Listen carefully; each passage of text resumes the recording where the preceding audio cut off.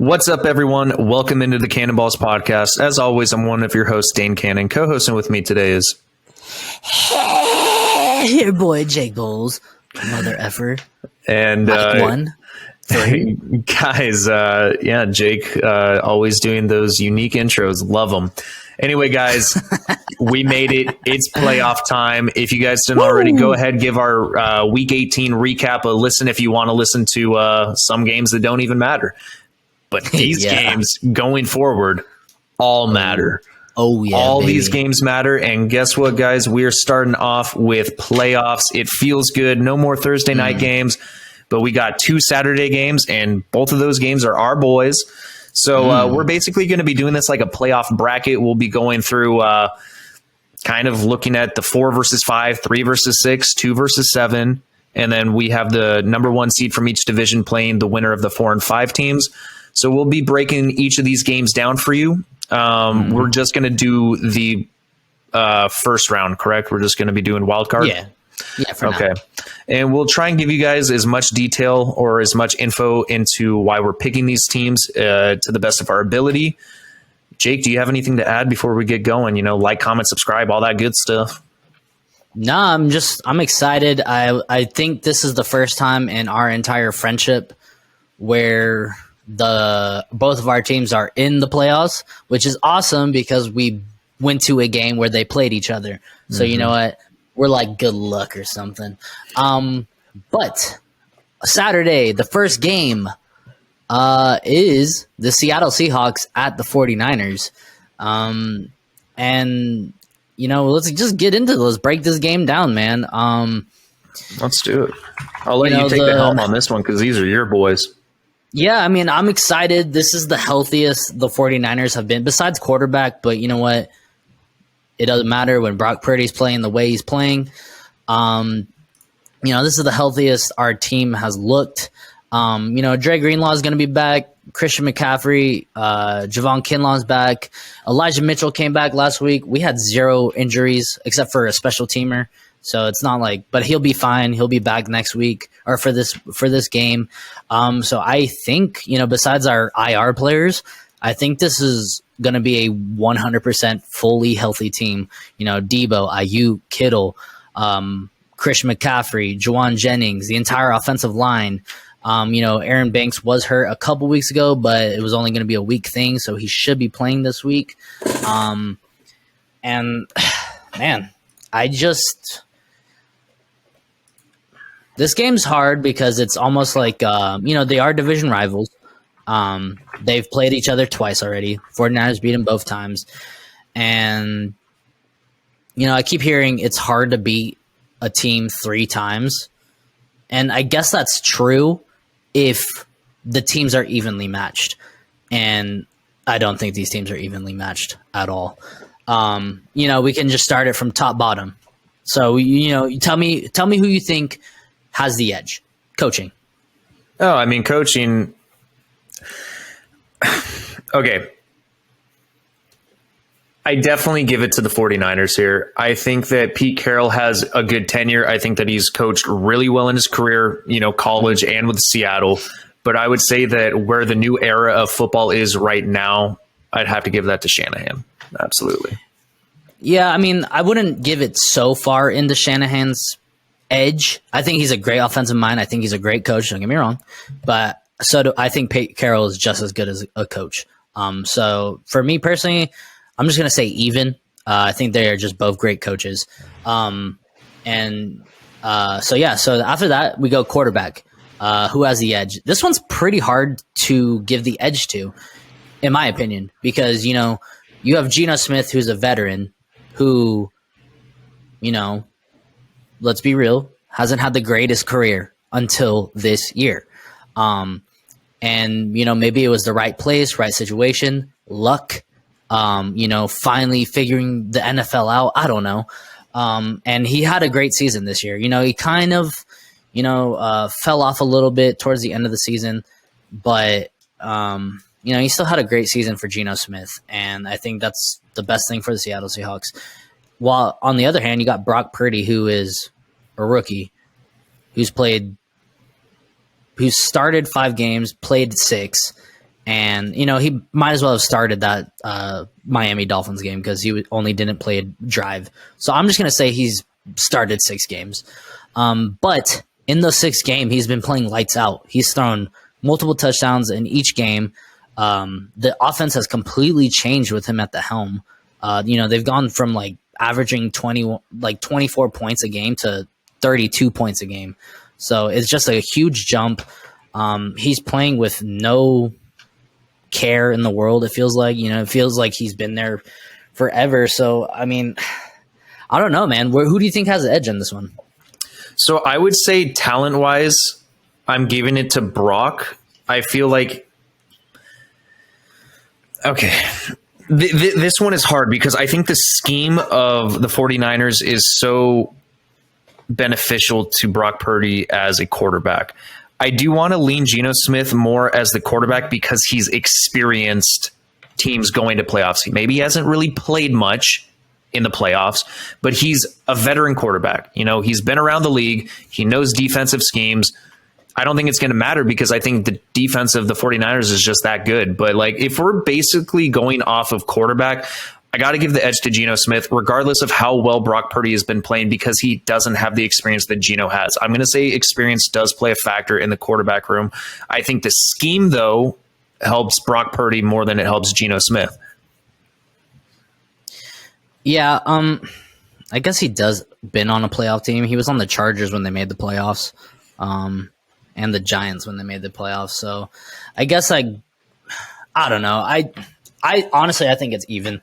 I think they're both decent quarterbacks. I have to split that one down the middle. I like Geno Smith's rushing ability a little bit more than Brock's, but Brock Purdy has just enough get up and go. So I think it's dead even, to be honest. So I'm going to give that one an even. Running backs, this one's a hard one. Not really, though. I think I would lean 49ers. I think Kenneth Walker is great, but behind Kenneth Walker, I mean, if you still had Rashad Penny, I think this would be a closer contest. But, with Elijah Mitchell back, I think that the running back edge goes to the 49ers. Plus, their scheme is driven around getting the run game going as well. Plus, you got Christian McCaffrey, Elijah Mitchell, like you said. Not a lot of people know about Jordan Mason, but when he's gotten the ball, he's shined. And, then they have their first round pick or their second round pick. No, third round pick. TDP. I don't even remember his name. He hasn't gotten a lot of carries, but they have a full running back room healthy. Everyone's healthy in this game. So, yeah, I got to give the edge to 49ers. Wide receivers. I'd give the edge to the 49ers. I think DK he's like a Brandon Ayuk without the route running, but I would say his physicality is better. But Debo is just as physical as DK, in my opinion. So I give it to the 49ers because, you have Ayuk, Kittle, you have Debo, you have more options. Tyler Lockett's good, but I mean, he's not going to do much after the catch. He's a home run hitter if you can get him in the deep game.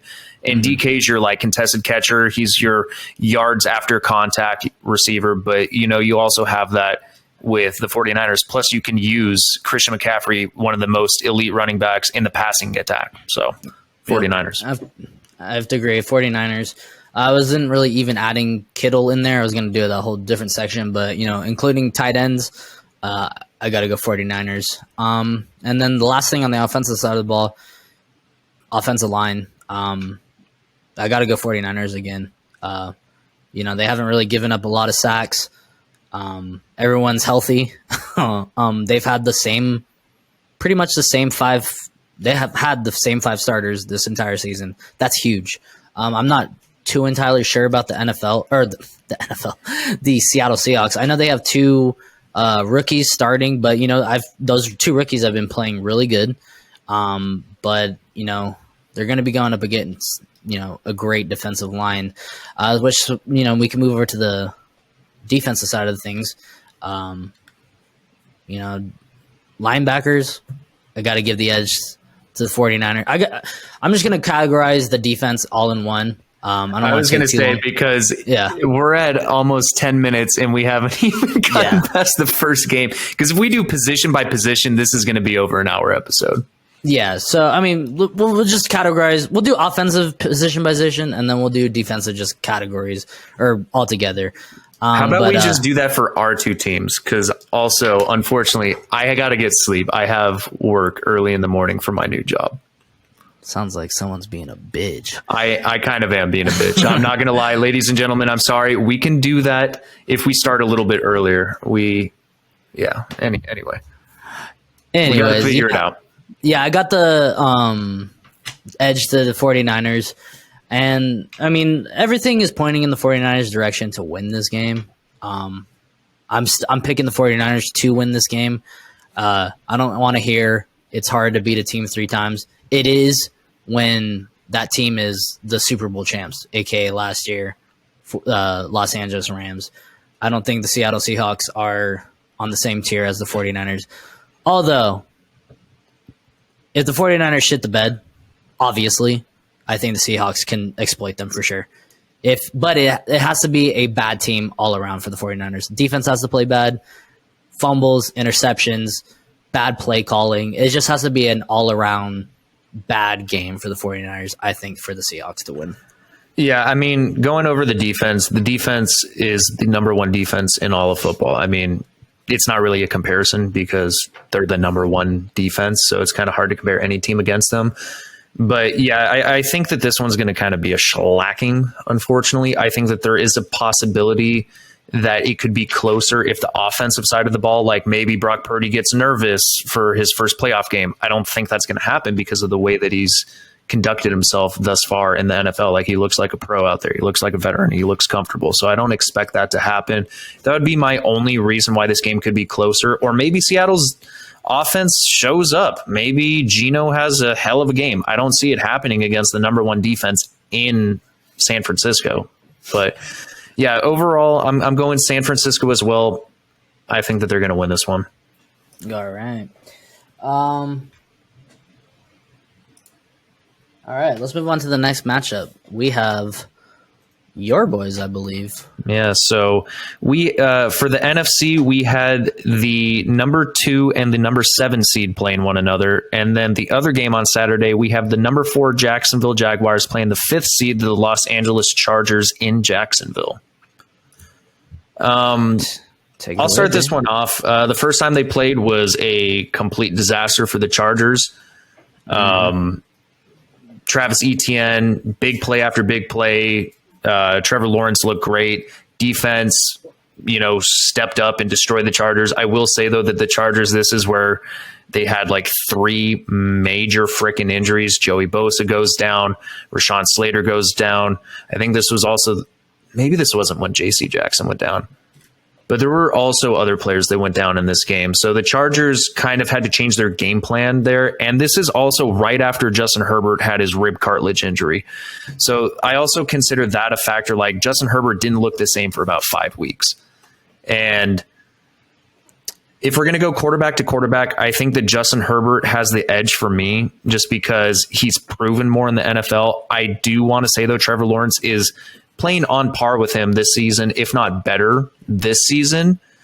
But because he kind of had a setback with his coach last year, Urban Meyer, it's not really too much of a comparison because, I mean, Justin Herbert is literally he literally broke Dan Marino's record now for the first 3 years, having the most touchdowns. So it's not really a comparison in my mind right now. Yeah, I'm going to have to give the edge to Herbert too. I think Trevor Lawrence is playing really good this year, but Herbert's done it since he took over the starting quarterback role. Like, he showed why he was taken in the first round. I don't want to take too much away from Trevor Lawrence, but I think Herbert is just, a step ahead right now. Like you said, the Urban Meyer thing kind of set him back a little bit. So I'm going to give the edge to Chargers as well. For the running backs, I think they're pretty even. Again, this just comes to experience, and Travis Etienne, this is basically his first year playing since his injury where he missed his entire rookie season. But, Austin Eckler is one of the best, if not top 3 best running backs in the receiving game. So if you're utilizing him correctly, which is also a way that they utilize Travis Etienne. So I think this is a pretty fair comparison between the two this season. I think Travis Etienne has more home run potential, but I think that Austin Eckler is more consistent because you can utilize him in a multitude of ways. You can also use Travis Etienne in a multitude of ways, but I think I would almost consider this one a draw, even though Austin Eckler has more touchdowns. He's utilized more in that way, so he has more opportunities to do it, whereas Travis Etienne has the more home run potential. So it's kind of like 50-50 for me. I have to give it to Eckler. He's a veteran. He's been doing it for year after year after year, and I just like Eckler more. I mean, I don't not like Etienne, but this is really his rookie season. And he's good. He showed flashes for sure. Like, he's good. He's been good this year. I just think Eckler's been doing it for longer, and I've seen that full break off screen passes for 60-yard touchdowns. So I'm gonna give the edge to Eckler. Okay. And also, I think the running backs behind Eckler are better than the Jags running backs. Who's the Jags other one? Is it JaMycal Hasty? Yeah, JaMycal Hasty, former 49er, and then I guess Jamal Agnew. Right. And I mean, yeah, the depth of the chart. I mean, let's be real. The Chargers' running game is not their strength. It's their passing attack. And it's only when Justin Herbert's on point and Joe Lombardi lets him throw further than 5 yards. So, real quick, before we move on to the next category, coaching. Who has the edge? I would give it to Doug Peterson. Doug Peterson is a Super Bowl winning head coach. I think that he's been able to rally a team that literally had a top 5 draft pick this last year because of Urban Meyer to turning them into a playoff contender. So I'm going to give this one to Doug Peterson. He's proven himself more. I mean, Brandon Staley is a good coach. I think that he makes a lot of mistakes still. So I think that the experience of Doug Peterson is going to help them in this situation. Yeah, I got to give it to Dougie as well. Like you said, Super Bowl winning coach. And Brandon Staley just makes some weird decisions sometimes for me. I like the aggressiveness, but sometimes he can be too aggressive. And then he does weird things. I don't particularly dislike him. I just think he does some weird things as a head coach. So hopefully that doesn't, become his downfall. But I got the edge to Doug Peterson. All Wide right. receivers. This one's tough. Well, let's say wide receiving core. So tight ends, wide receivers. Let's even put Eckler in the passing game. I would probably lean Chargers. I like what Christian Kirk and Evan Ingram have been doing. Zay Jones has also been utilized, but Keenan Allen has been one of the best route runners, top 5 route runners of the NFL for the last 6 years. It feels like his route running is elite. The yards after contact, though, I might have to go with the Jacksonville Jaguars because I like Josh Palmer. He's a good route runner as well. He can do some things after catch and contact, but Mike Williams, I think, is separating himself as the Chargers' number 1, and I think Mike Williams is better than any receiver that's on the Jacksonville Jaguars right now. The only thing is, I don't know if Mike Williams is going to be healthy, so that could be detrimental to the Chargers' passing attack in this game. So if Mike Williams is out, I'm going to say it's pretty even. If Mike Williams is playing, I'm giving the edge to the Chargers. Man, this one's kind of hard. Keenan Allen's a beast. He's the best wide receiver out in this game. I guess maybe Eckler would be the second. But I think it's closer than people might think. I think these teams are closer than people think, honestly. Oh, I think these teams are neck and neck. Yeah. The more the way we're breaking them down, I think, like you said, neck and neck, man. Both young quarterbacks, both kind of similar offenses, I feel like. Both kind of, I think the Jags defense is, we'll get to it, but I give the edge to them. Yeah. Man, this one's hard. I guess I'm going to have to give the edge to the Chargers. It's just, okay, I'll say this. If Mike Williams is in, edge Chargers. if he's not, I think I got to go Jacksonville, honestly. Evan Ingram has just played lights out this year. So Zay Jones has been doing good stuff. Christian Kirk has been doing good stuff. Even Marvin Jones has been doing good stuff. So it's just really close, but there's a contingency. So I'm just gonna say even. Okay, that's where I'm at. Offensive line, I would kind of lean even at this point. If Rashawn Slater was playing, I'd give the edge to the Chargers. But the last matchup they had, they didn't know that they had Jamari Sawyer, and we ran out there with Storm Norton. So they ate us alive. Justin Herbert was playing injured. But, Jamari Sawyer has been a consistent rookie tackle for the Chargers. And I'm not saying Jacksonville's offensive line is bad, but it's not great. So I would say that these are pretty even because the Chargers' offensive line is not great right now either. It's average at best right now. I think obviously if we had Rashawn Slater out there, it would be above average. But, we're running out there with a right tackle who's consistently gone down to injuries because he has a sprained MCL. So he misses at least a drive or two every game or misses an entire game at some point. And we're on our backup left tackle. Our starting center, Corey Linsley, kept going in and out. And I think he wasn't even in the last time they played. Or he got injured during that game. That might have been the other injury I was thinking of. So, with Corey Linsley in there, Jamari Sawyer in there instead of Storm Norton, and then Trey Pipkins, if he can stay healthy, I would say it's pretty even. Last time they played, the Chargers' offensive line was bad. It was banged up. Yeah, I'm gonna say even. I don't really know too many players on the Jags offensive line, and I don't really hear a lot about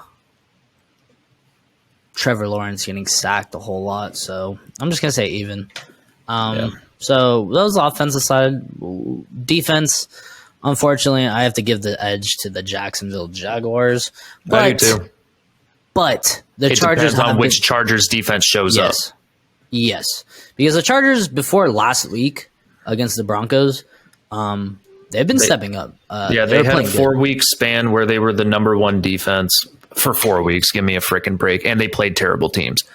But still, when they played Miami, if that team shows up, I'll feel confident because that was a team where no one really expected the Chargers to win that game. It was Tyreek Hill and Jalen Waddle. What are you going to do to stop them? And they stepped up. They stepped the F up. So if they can prove the haters wrong and beat Jacksonville the same way they played Miami, or play Jacksonville the same way they played Miami, I would actually give the edge to the Chargers because that defense was legit. And they got scored on by a freak play, fumble on the ground that gets skirted out like a rugby play to the fastest player in the NFL. There's not much you can do against that. But other than that, they held Tyreek Hill to 50 yards in the first half. So, yeah. So with all that breakdown, who wins this game, Dane? I got to go with my boys. I think this is going to be an absolute squeaker. I don't think that this one's going to be a blowout like it was last time. I think there was just a lot going on the last game. Maybe it's an excuse. It probably is. I'm probably biased in this. I think Jacksonville has every right to win this game. I think they very easily could win this game. But I do not think, no matter what, it's going to be a blowout. I think it'll be a lot closer.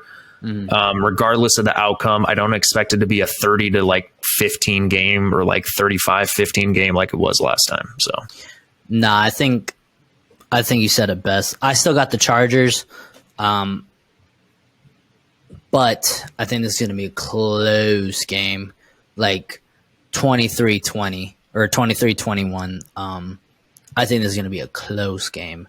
Very, very close. It's going to come down to the last minute. It's going to give you a heart attack. It's going to make your heart burst. But you know what? Those are the best playoff games because you feel the best afterwards. You feel very tired from all the yelling. But I still got the Chargers. All right. Sounds good. All right. Let's move on to the next games. And guys, unfortunately, I do want to reiterate, I cannot go as in depth with these teams due to my personal life. So I do apologize in advance if you were expecting more from us. Hopefully I can do that for the next week that we talk about them, but I do apologize. Sunday, the 1:00 slate, we have the 7th seed Miami Dolphins traveling to Buffalo for another divisional matchup to play the Bills. Last time they played in Buffalo, this was actually a really high scoring game, and Miami proved that warm weather teams can play well in cold weather. Yeah. I think the Bills did squeak out a win, right? They did squeak out a win, yes. Well, this game is really dependent on Tua Tagovailoa. Yeah. If he plays, this game is going to be very interesting. If he doesn't, maybe the Dolphins step the F up, but I just do not see the Bills losing to a Skylar Thompson-led Dolphins team. Let's just go through it, not talk about it in depth, but, edge. I love Mike McDaniel, but I got to give the edge to Sean McDermott for coaching. Same. Quarterback, whether it's Teddy Bridgewater, Tua, edge, Josh Allen. He was my MVP. He didn't play that great this year, unfortunately, but he's still a great player. Running back, I think I might give the edge to the Dolphins, actually. I would, and with Raheem Mostert and Jeff Wilson. They've been playing well. And the wide receiver room, I think I might actually lean Dolphins because Tyreek and Jalen, they got the two fastest players in the NFL. Tight ends, I think, are kind of neck and neck. Dawson Knox and Gesicki, I think they're very similar players. Yep. So all of this, in my mind, is going to come down to quarterback play. And, I think there's an unsung storyline to this game. Well, not unsung. It's Damar Hamlin. I mean, the Bills want to win for Damar. They want to win this all for him. So I think it's going to boost morale. Offense is going to be... I think the whole Bills stadium is just going to be going freaking wild. But on the defensive side of the ball, who you got? Real quick, offensive line, I got to give the edge... I guess to the Bills. I think I would give it to the Bills. I mean, the Dolphins have what's his name, Teron Armstead. I don't know if he's even healthy. The Dolphins have a pretty decent line, I think. I'm just gonna say even. But defense, I'm gonna give the edge to the Bills. They haven't been playing the best dominant football like they were in the beginning, but they still have good players. They're going to be tested against a speedy team. What say you? Yeah, I'm going to lean towards the Bills. I think the Dolphins do have a good defense from time to time. I still think that this is going to end up being a pretty high scoring game if Tua's in. So I would just give the edge to the Bills. I think they're going to step up more. Yeah. With that being said, I got the Bills winning this game. They were my Super Bowl favorite at the beginning of the season. I think they get close. And like you said, Damar Hamlin, they got something to play for, so I got the Bills. I got the Bills as well. Next game, we have the 4:30 game Eastern time. We have the number 6 New York Giants traveling to the number 3 Minnesota Vikings. This one's tough because both of them are brand new head coaches, first and foremost.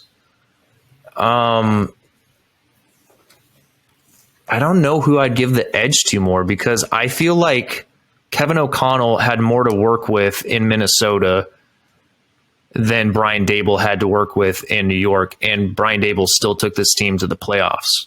So I might actually lean Brian Daboll because the losses that Minnesota's have just been absolute blowouts. So I don't know if it's coaching, if the team wasn't prepared. So I might lean Brian Daboll because of what he's had to work with, especially in the receiving core, to make it to playoffs. Yeah. I guess I'll give the edge to Brian Daboll. Did a lot more with less. Quarterback, man, these teams are kind of even. I think Daniel Jones is having an emergence this year. I think he's being utilized in a different way, especially with the receivers that he has. I still think, given that, I would give the edge to Kirk Cousins because more experience. I mean, not by a great amount, but he has been in the league longer. I think he's been more consistent because think about this. Before this year, where were we with Daniel Jones? Not great. Move on from him. Fumble, Ruski fumbles the ball all the time. He needed Brian Dable to come in and help him, and that's what's happened. But I still think experience-wise, we haven't seen Daniel Jones in the playoffs, so we'll see. Yeah. Yeah, with that being, actually, that's a perfect point. I give the edge to the Vikings. Running backs, damn. No, not even. No, I'm going to give the edge to Saquon. Dalvin Cook I think this year I'd give it to Saquon as well. Yeah. Dalvin Cook is good. He's still a good player, but he hasn't had the best year this year. So I got to give the edge to Saquon, the Giants. Wide receiver room, easy. Oh, that's easy, Vikings.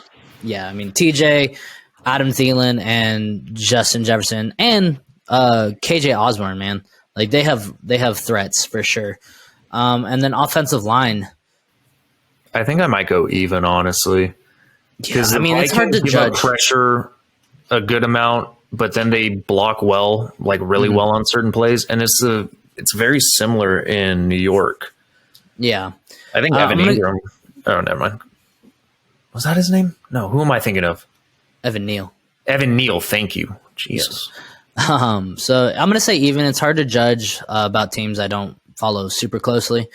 I don't have the statistics on me right now, but for defense, I got to give the edge to the Giants. Yeah. They have a solid defense, but the Vikings, they make plays when needed. I think this is going to be a very interesting game. I think this could be a game where the Vikings take an early lead and then blow it, but end up winning a squeaker with a field goal. You got the Vikings? I got the Vikings. Man, I mean, I think they should win this game. I really do. They should win this game. Yeah, I'm not gonna go stupid. I'm gonna go Vikings as well. They should beat the Giants.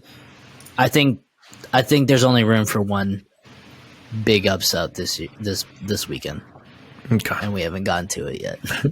All right, guys. The Vikings. All right, Vikings and Vikings. So far, Jake and I have picked the same teams, 4 for 4. Next game, the 8:15 p.m. Eastern time. Number 6 Baltimore at the number 3 Bengals.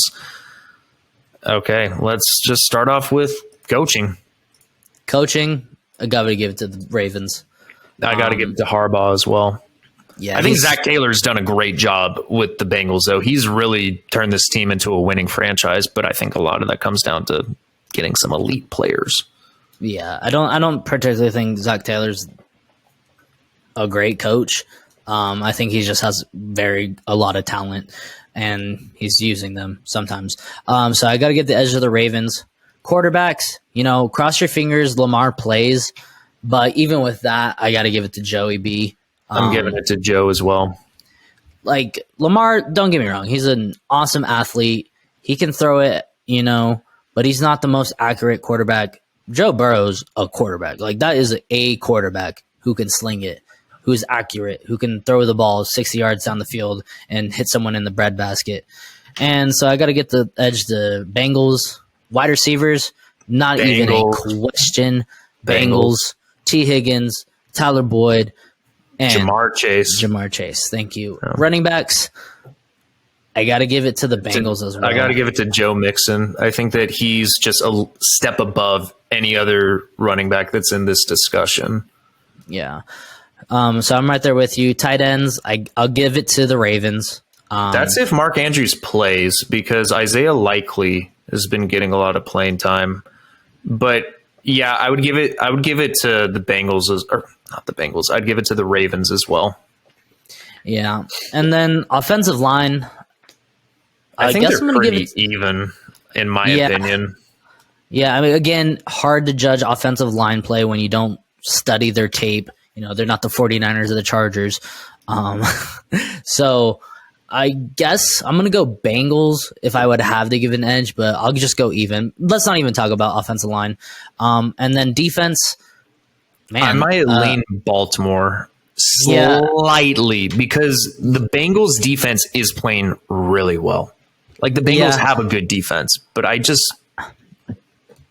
think they're dealing with some injuries though, if I'm not mistaken. But I think the reason why, I think the reason why the Ravens have been giving up more points than maybe you're used to is because their offense has been so bad. So they're giving the other team, the opposing team, more opportunities to score. So I think that if we're just comparing defense to defense, I'm giving the edge to the Ravens, in my opinion. All right, Dan. Honestly, Bengals. I don't think this one's not hard. I got the Bengals. The Bengals are, honestly, I think I could see them going back to the Super Bowl. I could see them going back to back to the Super Bowl for sure. Man, who would have thought, man? Who would have thought? Not me. You know, the Bengals, I like the Bengals. I like Joe Burrow. I like that team. And if they go to the Super Bowl, I know the NFL wouldn't let them. But man, they should wear those white uniforms. Ugh. Dude, that would be sick if they wore the whites. That would be awesome. Yep, All right, I got Jake. Cincy. So we All are right. 5 for 5. 5 for 5. And now we might disagree on this one, but I don't All think right. we are. All right. The we last have- game of on Monday. All right, Monday night, we have the number 5, 12-5 Dallas Cowboys traveling to the number 4 seed Tampa Bay Buccaneers at 8-9 in Tampa. Coach, I'm going to give it to the Cowboys. I mean, I think there's a lot of question marks, but he is a Super Bowl winning head coach. It was a long time ago with the Green Bay Packers, but he won. He had Aaron Rodgers. He did have Aaron Rodgers. I mean, he's still 12-5. Like, he's had winning seasons during his campaign with the Cowboys. Yeah. And who's the coach of the Tampa Bay Buccaneers? What's his name again? Todd Bowles, right? Is it Todd Or is Bowles? it, Yeah. Yeah, it's Todd Bowles. Yeah. Todd Bowles. He's a good coach. Personally, I like Todd Bowles over Mike McCarthy. I'm not a Mike McCarthy fan. But with that being said, I guess, you know, he does have more experience as a head coach. He's won playoff games with other teams. So I guess I'll give the edge to the Cowboys. Quarterbacks. Who has the edge? Tom Brady. I'm giving it to Tom Brady. I don't care how poor he's looked this year. Dealing with a divorce can do that to any man. You know, probably dealing with a lot of personal stuff that's affected his play. And he dealt with an entire banged up offensive line. So it's going to throw any quarterback off. But, you know, you see the one game when he throws 3 beautiful, like 60-yard passes to Mike Evans, reminding us why he was the GOAT and why he has all these records. So give me Tom Brady. I don't think it's a question. Yeah, I got Tom Brady too. Hopefully he has a, 3 touchdown game again. But I still got Brady. And the way Dak has played these last couple weeks. Yeah. Running back, I'm going to have to give the edge to the Cowboys. Same. That 1-2 punch with Zeke and Tony. Pollard. You know, it hasn't looked as potent these last couple weeks, but then again, the Cowboys haven't looked that potent these last couple weeks. But I still think they have the upper hand at running back. Wide receiver threats. This one's, I think, a little bit more difficult because Mike Evans has not been Mike Evans this year. He's had Right. one decent game and one really good game this year. Chris Godwin, he was hurt like the first couple weeks, but he's been decent this season. Other than that, though, I mean, Russell Gage, Scotty Miller, I Cade think Otton. Yeah. I think CeeDee Lamb is he's turning into one of the best young wide receivers when Dak has a good game and can actually get him the ball. I really like CeeDee Lamb. I do And too. he's not a Crimson Tide. He's a Oklahoma Sooner, which is awesome because every time you see good wide receivers, you're always like, oh, there's another Alabama boy.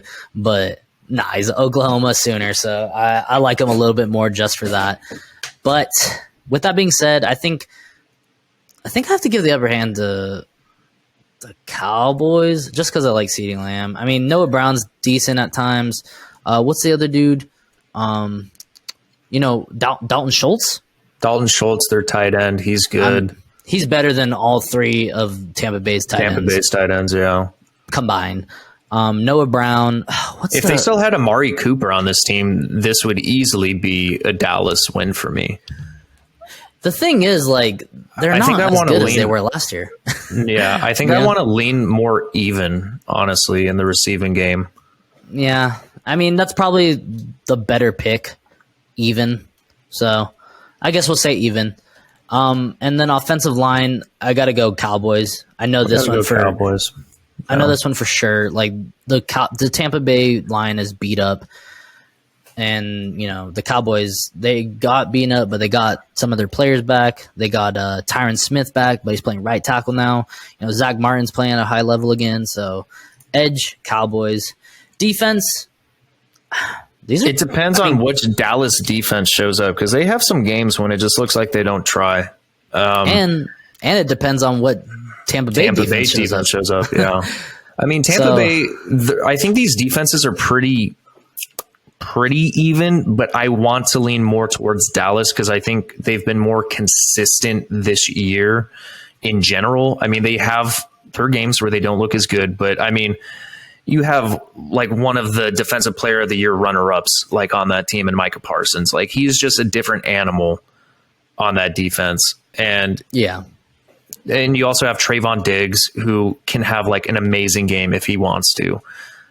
I'm going to lean Dallas. I think that, I'm going to lean Dallas. Yeah, I'm going to lean Dallas as well.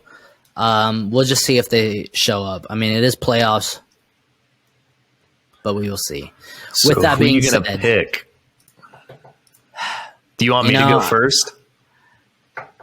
No, because I know who I'm going to pick. And I was going to pick one upset, and, I think there's potential for two. I mean, there's potential for all upsets, honestly. Like, let's be real, it's the playoffs. Anything could happen. But I think this one is probably the most likely. I'm going Tampa Bay. You know what? I want to ride with you because the curse of 1995 is alive. The year that I was born, I'm going Tampa, baby. The 95 curse is alive, baby. Bro. Oh, man. I mean, all right. So those are our game picks. We got San Francisco, Los Angeles, Chargers, Buffalo, Minnesota, Cincy, and Tampa Bay. What do you think is the most likely one to get wrong? Chargers, I think, is the most likely because I think that game's like the most even, 50-50. Yeah, I think that one, and honestly, I think the Giants Tampa could Bay. beat the Minnesota. Oh, yeah, that one too. And the Tampa Bay one. Honestly, we could probably be dead wrong. Like, I mean, I say the curse of 95, I'm just kidding, guys. I don't want to curse anything else in my life because my life has been cursed, but it's kind of funny. I will say, like, the Tampa Bay Buccaneers have given me nothing to believe they can win a playoff game. Honestly, the Cowboys should manhandle them, but it's the Cowboys. And that's a real thing, man. Like, they choke. They are choke artists. Will they break it? Will they make me eat a shoe? I don't know. We will see. But guys, that's going to do it for us. Playoffs are here, baby. I'm excited. I know Jake's excited. It's going to be a lot of good football. Hopefully every game is enjoyable. Hopefully there's no blowouts. I would love it if every game was close. I have a feeling there might be a couple blowouts, though, unfortunately. But guys, give us a follow on our Instagram at cannonballswithaz_podcast. Like, comment, subscribe. Jake, do you have any closing remarks? As far as blowouts, I think it's the 3 AFC matchups that could be blowouts. Yeah. Those are the most likely. I just don't see it. If you guys next week, hopefully me and Dane are going to both be really happy. So if you're in the playoffs, congratulations. Good luck to your teams, unless you're every team besides the 49ers and the Chargers. So, thanks for listening. And as always, peace.